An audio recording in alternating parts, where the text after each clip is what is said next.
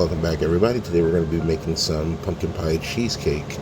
Now, this is going to be my version of it. It's going to be pumpkin pie on the bottom of the cake and a cheesecake whip topping on the top.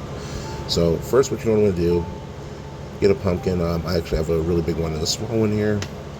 And you're going to want to slice them open however you see fit. Some people like to take the top off, some people chop it up, however you want to do it. But just go ahead, cut the pumpkins open, gut the insides. Once you get the insides gutted, go ahead and put those seeds on the side. And for some reason, this little pumpkin had a lot more seeds than the big one. Not quite sure why that is, but anyway, what you do is gut them, put the seeds on the side, and all this mesh stuff, we'll just discard that later. We'll sort through them. I'll show you what we'll do with that later on.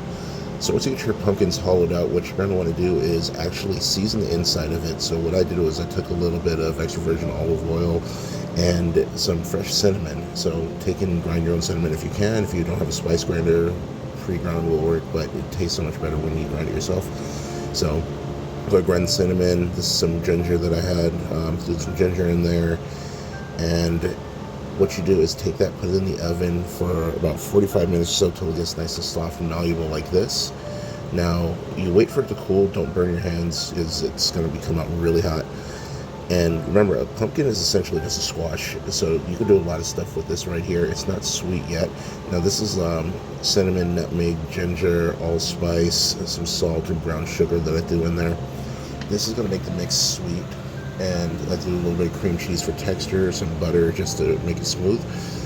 Now, some sweetened condensed milk, and I'm going to blend all this together. Now, when you blend it, you could do two things. You could put it in a food processor, which is recommended if you're going to make a bunch of pies, but this is a lot, and I'm not going to make a bunch of pies right now. Some of this is going to kind of hold over until Thanksgiving. So what I'll do is I'll mix it in this, and you're not going to want to bake it like this because it's really stringy. You'll see some of it kind of hanging onto the mixer right there.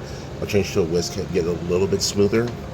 And then what I'm going to do is the amount I'm going to use, I'm going to transfer it to a blender. Once I transfer it to the blender, I'm going to add a couple eggs, and it gets really thick right there. If you're vegan, you don't need to use the eggs. Go ahead and take a pie crust. I use store-bought pie crust right here. I'll show you guys how to make pie crust from scratch in another video. This is just a last-minute thing.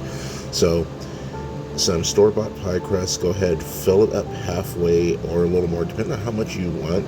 If you want a lot more pumpkin pie, then you want more pie filling.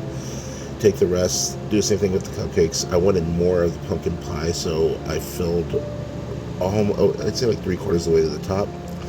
And now this is the rest of the filling I was telling you about. I'm just going to take that, put it in the freezer, and it'll stay good for about a year in the freezer.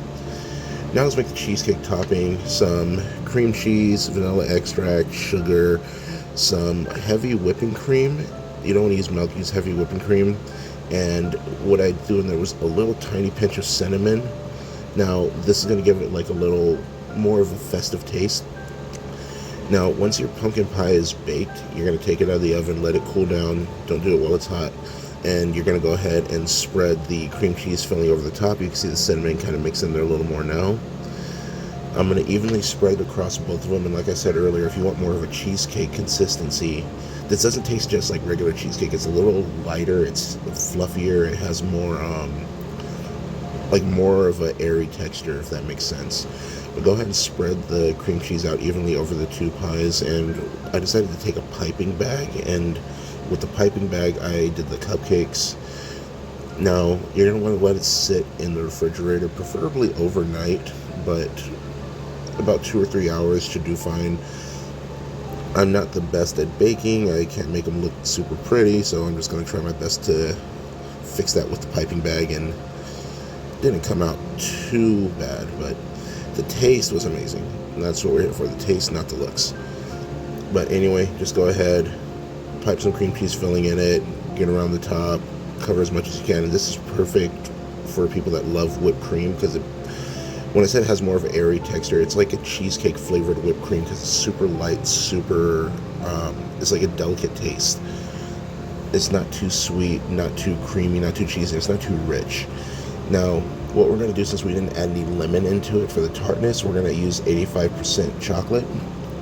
Just go ahead and shave some of that over the top of the cupcakes. This is going to add just a slight bit of tartness to it without the acidity. So it's not giving it more of a cheesecake feel. It's going to still have that pumpkin-y taste, and you're not really going to taste the chocolate in there. It's going to be really, really mild. It's going to do something for the flavor, but it's not going to be a chocolatey flavor. Now, I went ahead and put these in the refrigerator overnight, and once I let them sit overnight, they came out looking amazing. That's how they set. That was the next morning. I took them out, just kind of set them out, and I did eat one of the cupcakes, and you see how it just holds together really well like that. Now, let's do something with the pumpkin seeds. Earlier, you want to start separating that fiber mesh, and then take the pumpkin seeds and boil them in salted water for about 5 minutes. That's going to add some moisture to it, and it's going to make them plump up just a little bit. It also gets the flavor of the salt inside of the pumpkin seeds. Now, go ahead and spread them over this is kind of double for me, because you want to dry them out before you bake them. That way they get a nice crispy exterior. If you like chewier shells, then go ahead and bake them right now. But what I did was I took them and put them on the wire mesh, and I threw them in my air fryer. But while they're still wet from the boiling water, you want to go ahead and lightly salt them. If you want to use another flavor at this time, go ahead and do that, but lightly salt them.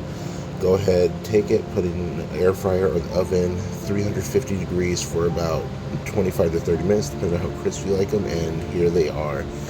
The salt stuck to them, they came out nice, plump, they have the right amount of crunch to them, they're nice and chewy on the insides, and you see, I'll pick one up in my hand, you see how plump it is.